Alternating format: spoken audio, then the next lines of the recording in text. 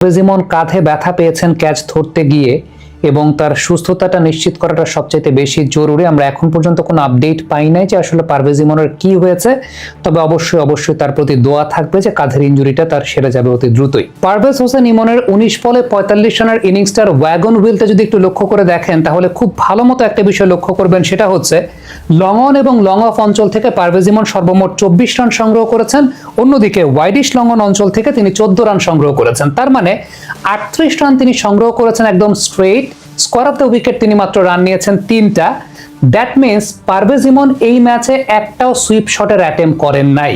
আমরা এর আগের দিনগুলোতে যে বিষয়টা বলছিলাম যে স্পিনার এগেইনস্টে পারভেজ ইমনের সবচেয়ে কমন ডিসিভিং পয়েন্টের জায়গাটা হচ্ছে প্রিমেডিটেটেড। অলমোস্ট প্রত্যেকটা বলে তিনি সুইপের মাধ্যমে রান করতে চাচ্ছিলেন এবং সেই সুইপের মাধ্যমে রান করতে চেয়ে এর আগের দিন কিন্তু আমরা দেখেছিলাম যে তিনি আউটও হয়েছিলেন এবং স্ট্রাগলিংটাও তার দেখা যাচ্ছিল। এই ম্যাচটাতে সবচেয়ে উল্লেখযোগ্য জায়গা হচ্ছে স্পিনাররা যখন থেকে বোলিং করতে এসেছে পারভেজ ইমন যে কাজটা করার চেষ্টা করেছেন সেটা হচ্ছে স্ট্রেট এবং থ্রু দ্য লাইন খেলার চেষ্টা করেছেন। আমি যদি তার সর্বশেষ ছক্কাটা আপনাদেরকে এক্সাম্পল হিসেবে দেখাই, সেটাই সবচেয়ে বড় প্রমাণের জায়গা। অর্থাৎ অফ স্ট্যাম্পের বাইরে একটা বল ছিল, এই বলটাকে টেনে লেগ সাইডে সুইপ করতে যান নাই, এটাকে স্ট্রেট ওয়াইডিশ লং অফের ওপর দিয়ে তিনি শটটাকে খেলতে চেয়েছেন এবং হি ওয়াজ ভেরি মাচ সাকসেসফুল। দেখেন প্রথম যে 6টা পারভেজ ইমন মেরেছিলেন সেটাও কিন্তু লং অন অঞ্চল দিয়ে মেরেছেন। ওই সময়টাতে লং অন অঞ্চলে কোনো ফিল্ডার ছিল না। জাস্ট ইমিডিয়েট আফটার দ্যাট যে বিষয়টা আমরা দেখতে পেয়েছি যে দুজন ফিল্ডারকে রাখা হয়েছিল, একজন ফিল্ডার ছিলেন ওয়াইডিশ লং অন অঞ্চলে, আরেকজন ফিল্ডার ছিলেন মিড উইকেট অঞ্চলে। এখন Parvez Emon actually challenge that fielding position, অর্থাৎ ওই ফিল্ড পজিশনটাকে তিনি চ্যালেঞ্জ করেছিলেন।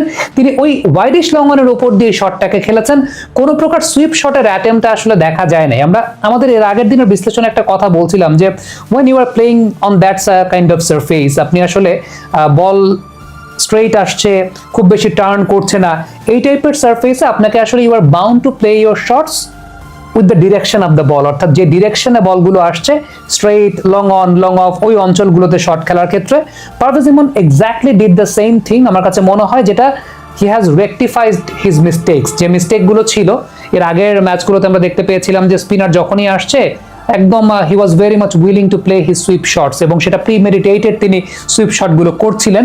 এই ইনিংসে এটাই সবচেয়ে উল্লেখযোগ্য ফিচার ছিল যে তিনি খেলেছেন প্রত্যেকটা শট স্ট্রেট ডিরেকশনে, which was very much unique এবং এই জায়গাটা খুব গুরুত্বপূর্ণ।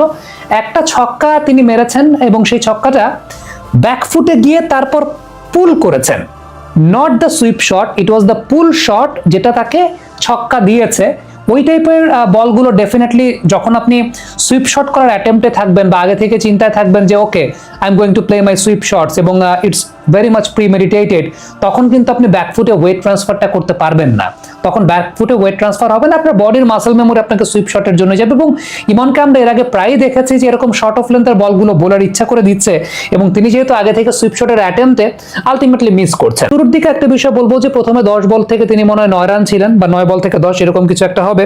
ওই সময়টা অনেকাংশে মনে হচ্ছিল যে okay will Lahore Qalandars make him retired out or not, অর্থাৎ তাকে রিটায়ার্ড আউট করবে কি করবে না।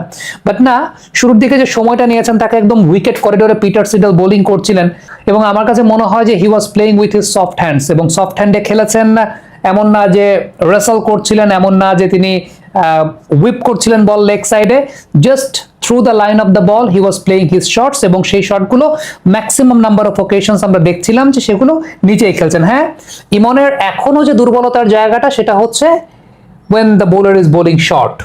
When the bowler is bowling short, he's a very good puller, but as far as hooking is concerned, আমার কাছে মনে হয় যে this is one of the deceiving factors for Parvez ইমন। কারণ আপনি দেখবেন যে প্রথম যে বাউন্ডারিটা ইমন মেরেছেন ইট ওয়াজ আ শর্ট ডেলিভারি এবং মেরেছেন কাভারে, গেছে সাভারে, বিষয়টা সেরকম কথার মতো যদি মেরেছেন মিড উইকেটে বল গেছে সাভারে, সেরকমই বলতে হবে। এখন ওই টাইপের বলগুলোর এগেইনস্টে কিন্তু পারভেজ ইমন লাস্ট পর্যন্ত আউট হয়েছেন। সো এই জায়গাটা আমার কাছে মনে হয় যে এটা একটা common pattern for the bowlers when they are bowling to Parvez Emon, যে একদম কমন এই প্যাটার্নটাকে তারা বারবার টার্গেট করছে।